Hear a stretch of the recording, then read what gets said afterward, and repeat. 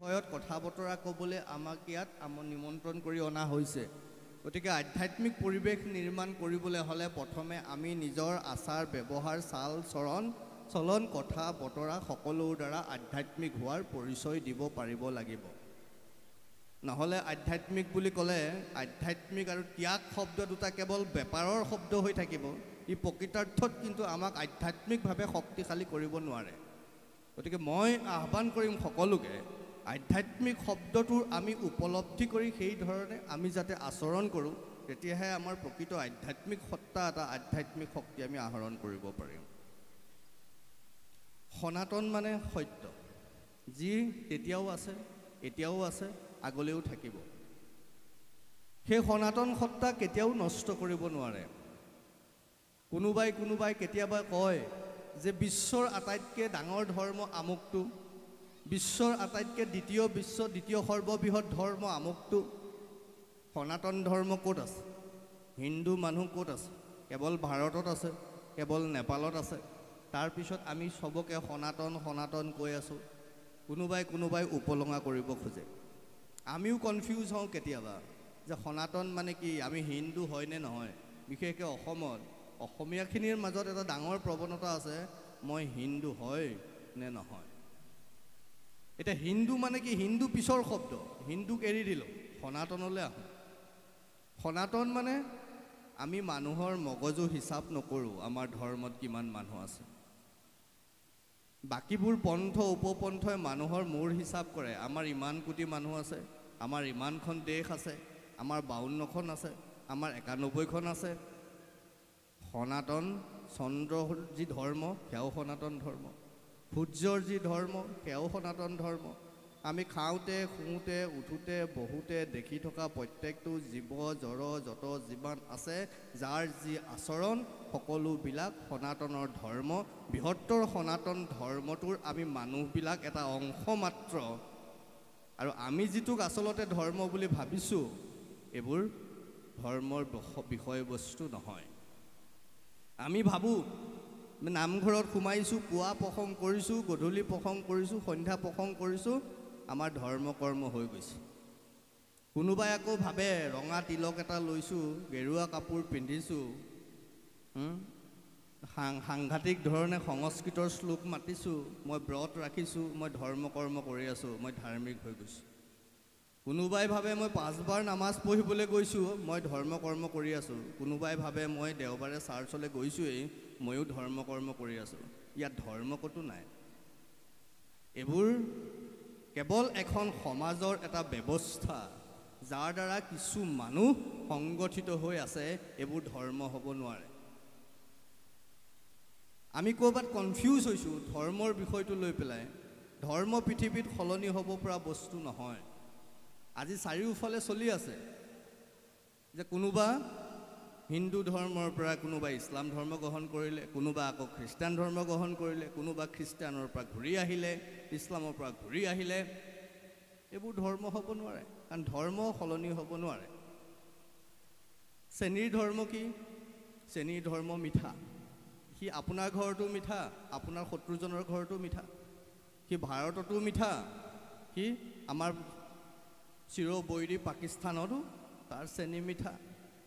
সেইটো শ্ৰেণীৰ ধৰ্ম। যেতিয়া শ্ৰেণী তিতা হ'ব, তেতিয়া শ্ৰেণীক আমি শ্ৰেণী বুলি নকওঁ।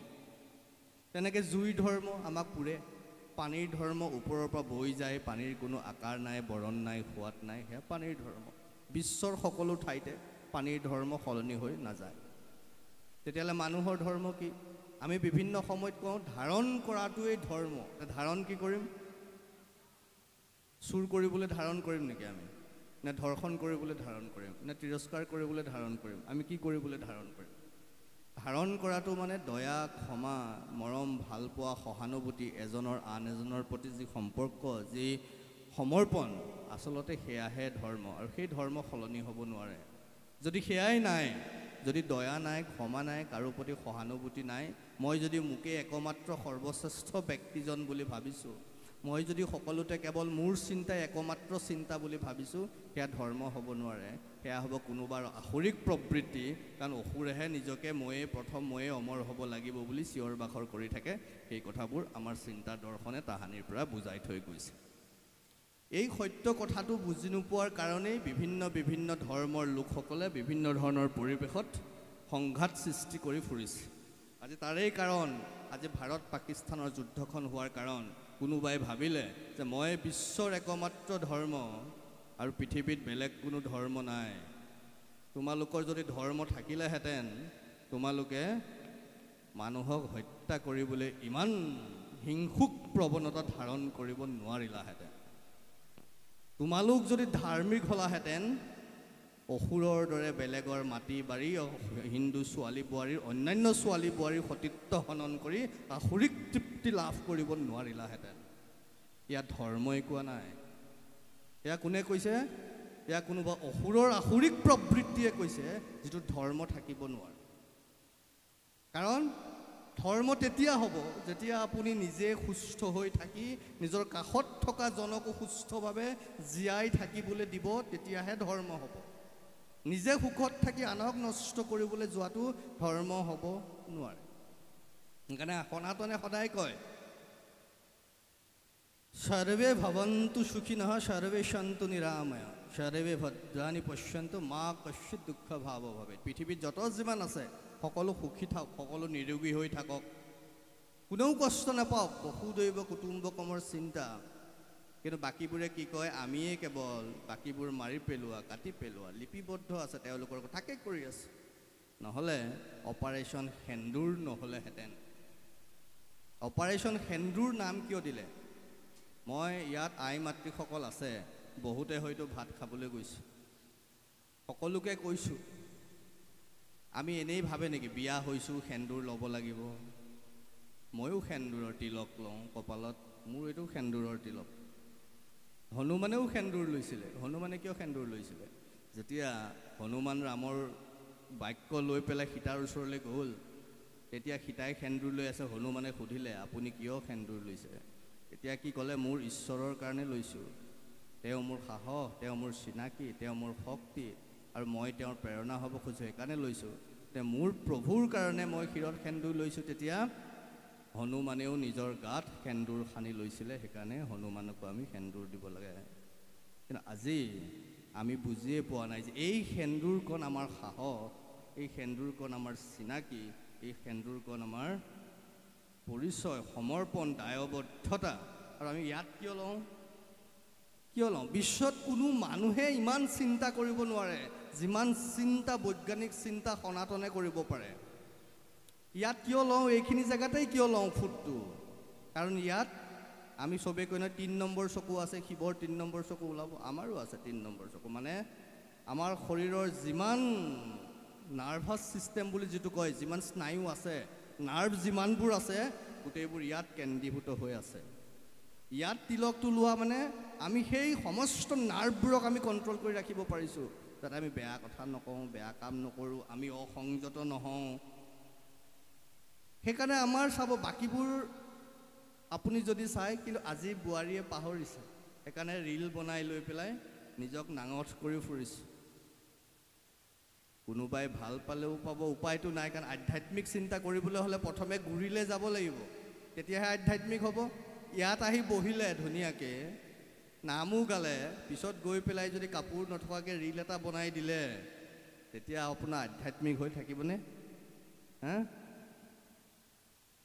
ধুনীয়াকৈ সামাজিক মাধ্যমত কোনোবা এখন মিটিঙত আহি ডাঙৰ ডাঙৰ মঞ্চত ভাষণটো দিব, তাৰপিছত গৈ পেলাই কি কৰিব? মুখহে লাগিব, এইটো মোৰহে বস্তু হয়। তাত আধ্যাত্মিক চিন্তা থাকিবনে?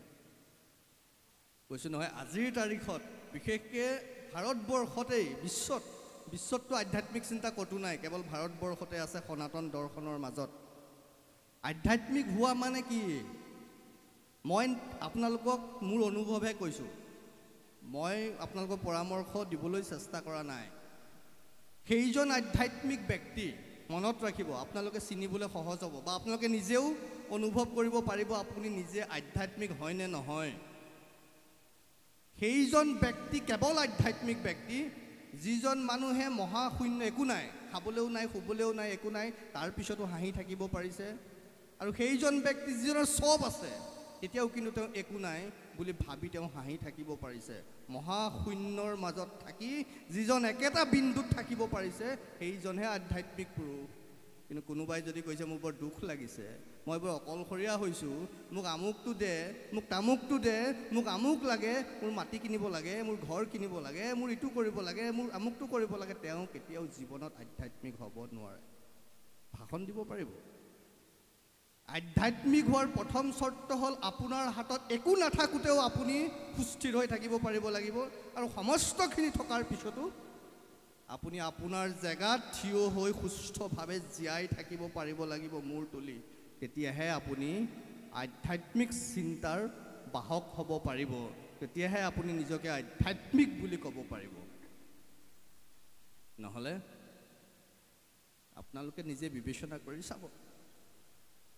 আমি যে গাইছোঁ, অলপ আগতে এটা দিহানাম কণ কণ ছোৱালীবোৰে গাই গ'ল, কি ভক্ত প্ৰহ্লাদৰ কথা ক'লে। চাব আমি বুজিছোঁ নে নাই কথাবোৰ, কিমান বেমেজালি।